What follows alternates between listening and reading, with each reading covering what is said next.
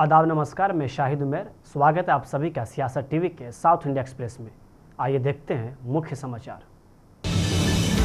तेलंगाना विधानसभा अध्यक्ष गद्दाम प्रसाद कुमार उन विधायकों के खिलाफ दायर अयोग्यता याचिकाओं पर सुनवाई फिर से शुरू करने के लिए तैयार हैं जो बीआरएस के टिकट पर जीते थे लेकिन बाद में कांग्रेस पार्टी में शामिल हो गए। गद्दाम प्रसाद, जिन्होंने हाल ही में बारबाडोस में राष्ट्रमंडल संसदीय संघ सम्मेलन में भाग लिया था, वो आज हैदराबाद लौटे। अपने विदेश दौरे से पहले प्रसाद कुमार ने बीआरएस से अलग हुए 4 विधायकों प्रकाश गौड़, कालियदయ్య, गुडेम महिपाल रेड्डी और बंदला कृष्ण मोहन रेड्डी से संबंधित याचिकाओं पर सुनवाई शुरू की थी। उनकी अनुपस्थिति के दौरान कार्यवाही रोक दी गई थी। एक बयान के अनुसार इन 4 मामलों में बहस कल यानी शुक्रवार से अध्यक्ष के समक्ष फिर से शुरू किया जाएगा। अयोग्यता याचिकाओं से संबंधित नोटिस प्राप्त करने वाले 10 विधायकों में से 8 ने अपना लिखित स्पष्टीकरण प्रस्तुत किया है। बीजेपी प्रदेश अध्यक्ष एन रामचंद्र राव और मल्काजगिरी के सांसद अटारा राजेंद्र सहित भारतीय जनता पार्टी के कई कार्यकर्ताओं को आज एहतियात हिरासत में ले लिया गया। पिछली रात मेडचल के रामपल्ली गांव में एक पशु व्यापारी ने एक व्यक्ति को गोली मार दी, जिसके बाद भाजपा कार्यकर्ता हैदराबाद में सचिवालय के सामने विरोध प्रदर्शन करना शुरू कर दिए। वही उसकी हालात खतरे से बाहर बताई जा रही है, लेकिन वही अब तक इस मामले में 3 लोगों को गिरफ्तार भी कर लिया गया है। वही घटना और कांग्रेस शासन को अराजक शासन बताते हुए तेलंगाना भाजपा अध्यक्ष एन रामचंद्र ने कहा कि सत्तारूढ़ पार्टी AIMIM के मोहरे की तरह व्यवहार कर रही है। उन्होंने आगे कहा कि यह तेलंगाना में अराजक शासन का प्रमाण है। अगर हम विरोध करते हैं तो क्या हमें गिरफ्तार किया जाना चाहिए? क्या ये लोकतंत्र है? गौरक्षकों पर हमले की निंदा करते हुए विरोध व्यक्त करते समय पुलिस ने मुझे गिरफ्तार कर लिया। कांग्रेस सरकार MIM के मोहरे की तरह व्यवहार कर रही है। वही आगे उन्होंने ये भी कहा कि हम गोभक्तों पर हमले बर्दाश्त नहीं करेंगे, हमारी लड़ाई नहीं रुकेगी। तेलंगाना बीजेपी पोस्ट ने अपने अध्यक्ष के विचारों को दोहराया और मुखदर्शक बने रहने के लिए BRS को भी दोषी ठहराया।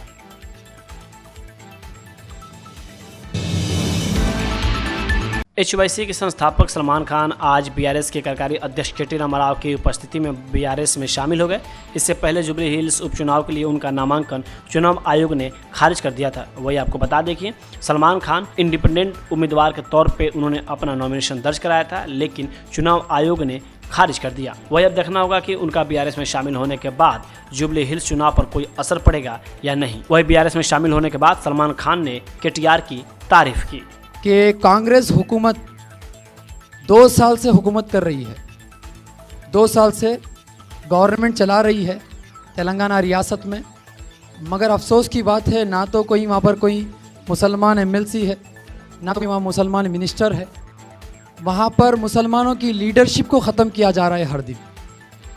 कांग्रेस की एक ऐसी साजिश है कि वहाँ पर मुसलमानों की हर वो आवाज़ को दबाया जा रहा है, क्योंकि मुसलमान कांग्रेस की दुश्मन है। मैं इसीलिए कहा था कि जुबली हिल्स में अगर हम सबको निकालना है तो कांग्रेस का जनाजा निकालना है।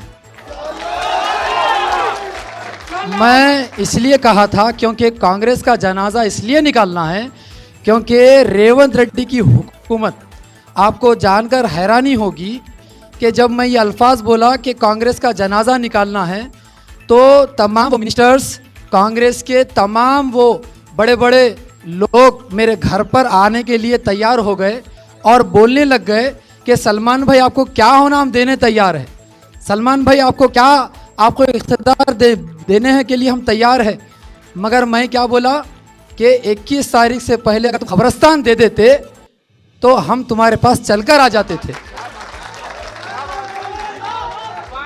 21 तारीख से पहले तुम खबरस्तान दे देते तो इतनी नौबत नहीं होती कि तुम यहाँ पर मेरे दहलीज पे आओ। मैं तुम्हारी दहलीज पे आने तैयार था, मगर तुमने देरी की और हमारी ताकत को तुमने कमज़ोर समझा।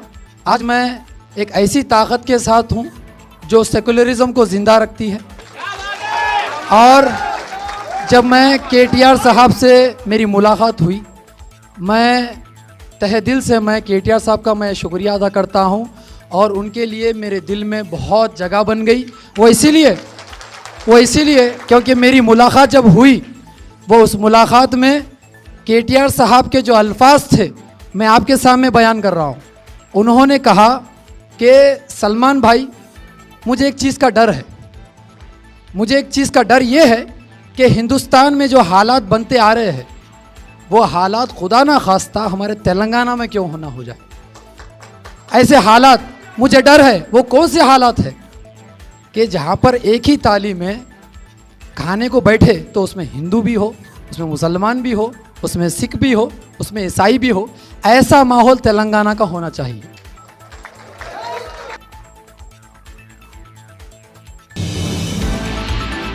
बीआरएस के कार्यकारी अध्यक्ष केटी रामाराव ने कहा कि तेलंगाना में न तो उद्योगपति और न ही आईएएस अधिकारी सुरक्षित हैं। वरिष्ठ आईएएस अधिकारी सैयद अली मुर्तुजा रिजवी ने 500 करोड़ रुपए के टेंडर को लेकर मुख्यमंत्री और मंत्री के बीच विवाद के कारण स्वैच्छिक सेवानिवृत्ति ले ली। मंत्री ने मुख्य सचिव को पत्र लिखकर अनुरोध किया है कि रिजवी की स्वैच्छिक सेवानिवृत्ति न दी जाए और उनके खिलाफ कदाचार के लिए जांच शुरू की जाए। आगे उन्होंने कहा कि राज्य में माफिया राज कायम है, भाजपा सरकार को हस्तक्षेप करना चाहिए और जाँच का आदेश देना चाहिए।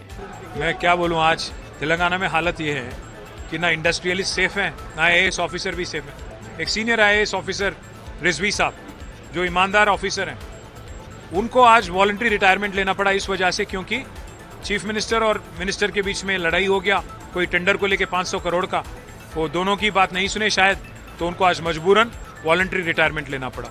आज मिनिस्टर ने लेटर लिखा चीफ सेक्रेटरी को कि रिजवी को वॉलंटरी रिटायरमेंट नहीं होने देना है, उन पे मिसकंडक्ट के लिए इंक्वायरी करना चाहिए। तो मैं पूछना चाहता हूँ क्या हो रहा है यहाँ पे। एक ईमानदार आईएएस ऑफिसर को यहाँ आप जीने नहीं दोगे, आप इंडस्ट्रियलिस्ट लोगों को जीने नहीं दोगे। आज यहाँ पे इंदिरा राज्यम नहीं बल्कि माफिया राज्यम चल रहा है। इसीलिए हम डिमांड करते हैं बीजेपी गवर्नमेंट से भी, आप इन्वॉल्व होइए, एक इंक्वायरी बुलाइए, सिटिंग जज के जरिए इंक्वायरी बुलाइए और देखते हैं कौन दोषी है, कौन क्या है, कौन गुनहगार है, सब सच्चाई बाहर आएगी।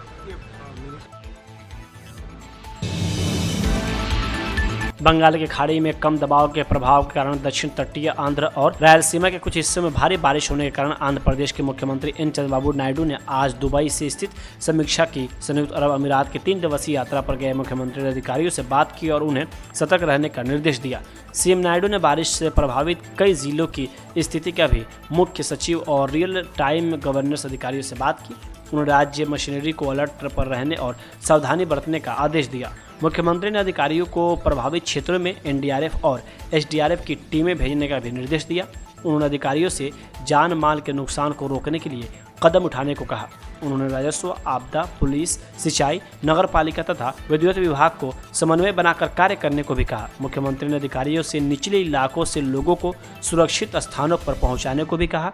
मुख्यमंत्री ने नहर और तालाब के किनारों को टूटने से बचाने के लिए कमजोर क्षेत्रों को मजबूत करने का सुझाव दिया। वहीं आगे उन्होंने अधिकारियों को संक्रामक रोगों के प्रसार को रोकने के लिए चिकित्सा शिविर लगाने के भी सख्त निर्देश दिए। चित्तूर में आरएसएस के रूट मार्च पर कर्नाटक गृह मंत्री जी परमेश्वर ने कहा कि अब जारी किए गए आपातकालीन आदेश में स्पष्टता है। विभाग इसे और अधिक विस्तार से निर्देशित करते हुए एक आधिकारिक आदेश जारी करेगा। अब निर्णय लेना जिला प्रशासन पर निर्भर है। चित्तूर के मामले में कई संगठनों ने अनुमति के लिए एक साथ आवेदन किया है। विभिन्न समूहों ने भी अनुरोध किया है, उस पर निर्णय जिला प्रशासन द्वारा किया जाना चाहिए। हमारा परिपत्र आरएसएस को लक्ष्य करके नहीं बनाया गया था।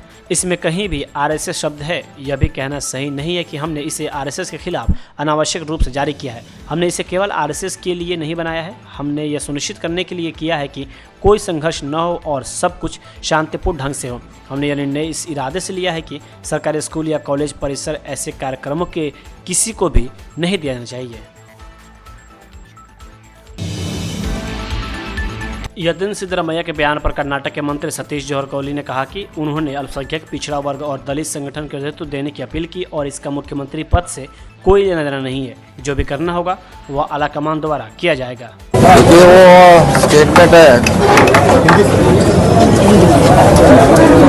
वो हमारा आयुधा संगठन है, जो शूद्रों का एक संगठन है कर्नाटक में, उसका लिए नेतृत्व देने के लिए उन्होंने अपील किया है और सीएम के लिए कुछ लेना देना नहीं है। सो उसके लिए कंफ्यूज हो गया है शायद लोगों को। सो संगठन तो बहुत दिन से चलता आ रहा है, 40-50 साल से। उसको आगे रखना है, इसके लिए उनका स्टेटमेंट बहुत महत्व है। सो उसके बारे में सोचेंगे क्या करना है आगे।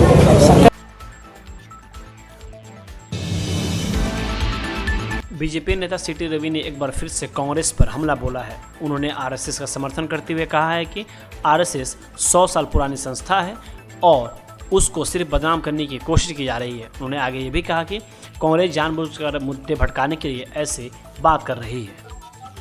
क्या हुआ, उन्हें आईटी मिनिस्टर है, गूगल इन्वेस्टमेंट यहाँ से वैजाग में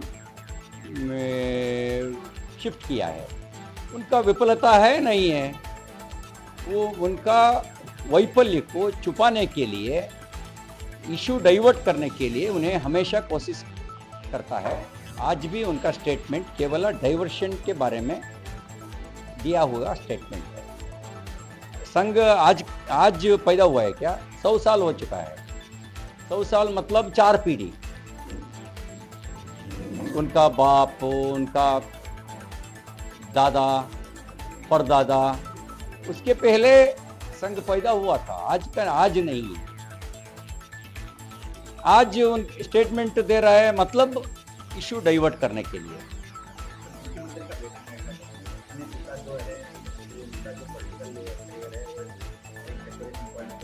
ये एक पॉइंट उन्हें एक्सेप्ट किया है, उनका पिता का एक्सपायरी डेट हो चुका है, ऐसा एक्सेप्ट किया है। अगले किसको मिलेगा? जनता कांग्रेस को वोट दिया है, 136 प्लस सीट उनको मिला है। कौन बनेगा हम बोल नहीं सकता, कांग्रेसियों ने बोल सकता है। एक पॉइंट पक्का है, उनका पिताजी का, यतींद्र सिद्धरामैया जी का पिताजी का एक्सपायरी डेट हो चुका है, ऐसा एक्सेप्ट हम नहीं किया, उन्हें किया है। मोहर लगाया है, बेटा ने, बाप का एक्सपायरी डेट हो चुका है, ऐसा मोहर लगाया है।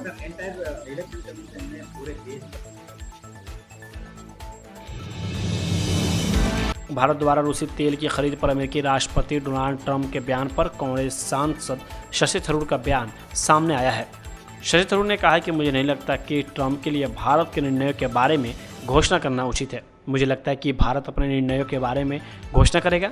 हम दुनिया को यह नहीं बताते कि ट्रंप क्या करेंगे। मुझे लगता है कि ट्रंप को दुनिया को यह नहीं बताना चाहिए कि भारत क्या करेगा। साउथ इंडिया एक्सप्रेस यही होता है समाप्त। मुझे दे अब इजाज़त। बाकी खबरों के लिए बने रहें सियासत टीवी के साथ।